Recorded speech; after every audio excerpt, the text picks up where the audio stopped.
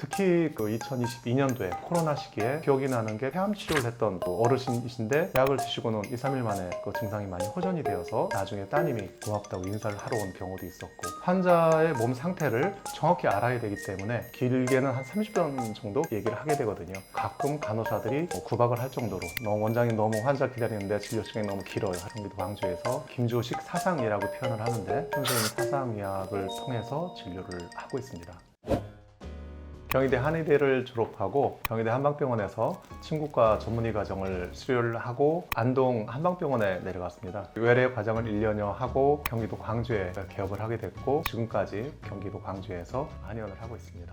2005년도에 후배 소개로 김주 선생님을 만나 뵙게 되었고요. 저도 한의사지만은 초기에 김주 선생님 만날 때는 축농증도 있었고 사실 컨디션이 좋지 않아서 그 당시 30대 중반이었던 것 같은데, 선생님이 저를 보시고는 야, 너 40까지 살겠니? 라는 말씀까지 하시더라고요. 매주 한 번씩 만나서 선생님과 같이 공부하면서 제 체질도 알게 되고 약을 먹으면서 있던 증상들이 하나 둘 개선되는 걸 경험을 하고, 공부한 내용을 직접 환자들한테 적용을 해서 약을 쓰다 보니까 기존에 후세방이라고 표현을 하는데 동의보감식 처방을 썼을 때보다 훨씬 더 좋은 효과를 얻을 수가 있었고, 특히 그 2022년도에 코로나 시기에 비대면 치료를 했었는데 친인척 포함해서 한 20여 분 정도 코로나에 걸렸을 때 제 약을 먹고 보통 한 빠르면 2, 3일, 또 길어도 한 일주일 내에 거의 다 완치하는 걸 경험할 수 있었고요. 기억이 나는 게 폐암 치료를 했던 어르신이신데 약을 드시고는 2, 3일 만에 그 증상이 많이 호전이 되어서 나중에 따님이 고맙다고 인사를 하러 온 경우도 있었고, 환자의 몸 상태를 정확히 알아야 되기 때문에 길게는 한 30분 정도 얘기를 하게 되거든요. 가끔 간호사들이 구박을 할 정도로 원장님 너무 환자 기다리는데 진료 시간이 너무 길어요. 경기도 광주에서 김주식 사상의학이라고 표현을 하는데, 선생님 사상의학을 통해서 진료를 하고 있습니다.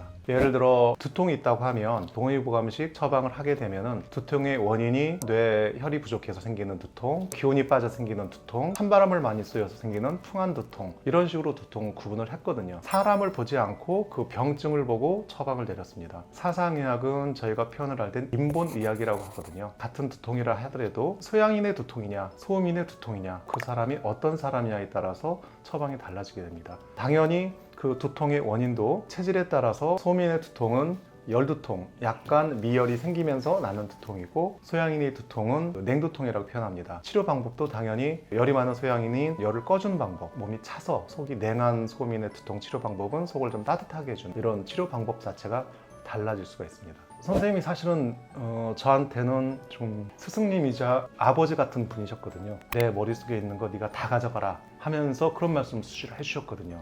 그동안 받은 게 있는데 내가 뭘 어떻게 해야 될까 고민하는 와중에 그 내용을 후학들에게, 일반 한의사들한테 전달하고자 카톡방을 먼저 만들었습니다. 위기 모임을 꾸려서 지금 운영을 하고 있거든요. 기존의 매스컴에서 나오는 건강 상식들이 체질의학적 관점에서 봤을 때 안 맞는 것들이 너무 많으세요. 음수감기라든지 변비가 왔을 때 대처하는 방법이라든지, 감기가 왔을 때 민간요법이라든지, 건기식들, 그리고 오메가3, 소음인이면은 속을 좀 따뜻하게 할 수 있는 성질의 건기식을 챙겨 드시면 더 좋을 것 같고, 속에 열이 많으면 열을 꺼줄 수 있는, 무조건 다이어트 한다고 해서 닭가슴살만 먹는 게 좋은 건 아니거든요. 속이 찬 소민분들의 경우에는 닭가슴살이 도움이 될 수가 있는데, 오히려 속에 열이 많은 사람들은 계속 먹으면 얼굴에 뽀드락져 나세요. 당분간은 오픈 카톡방을 통해서 김주식 선생님의 사상 의론을 전달을 할 계획이고, 유튜브는 일반 분들을 대상으로 체질의학을 좀 전도했으면 싶어서 사실 시작하게 됐습니다. 일반인들 분을 위한 건강 상식이랄까, 간단한 질환들, 제가 간단하게라고 표현했지만 식도염도 사실은 간단한 질환이 잘 안 나는 질환이거든요. 비염도 있을 수 있고 기병도 많습니다. 이명증, 요즘에 유난히 기 관련 질환들이 많이 오거든요. 근데 사실은 양방에서는 이게 정확한 병명 원인을 판단할 수가 없어요. 치료 방법도 쉽지 않고, 대부분 보면 초기에 스테로이드를 쓰거나, 이명은 시간이 지나면 지날수록 잘 안 낫거든요. 초기에 3개월 이내에 와야 그나마 치료 효과가 좋습니다. 그럼 완치가 가능하거든요. 전전신경염, 이석증, 기 관련 질환도 꽤 많은데 잘 안 낫는 질환이거든요. 과민성 대장증후군이라든지 자가 면역 질환들, 궤양성 대장염, 아니면 크론병. 요즘에는 면역 억제제가 발달이 돼서 어느 정도 증상을 완화시켜 줄 수는 있는데 이게 근치는 되지 않는 것 같으시더라고요. 2달이나 3달에 한 번씩 가서 병원에 주사를 맞아야 되는 경우도 있고, 그리고 삶의 질 자체도 좀 떨어지고 컨디션도 많이 저하되는 경우가 많습니다.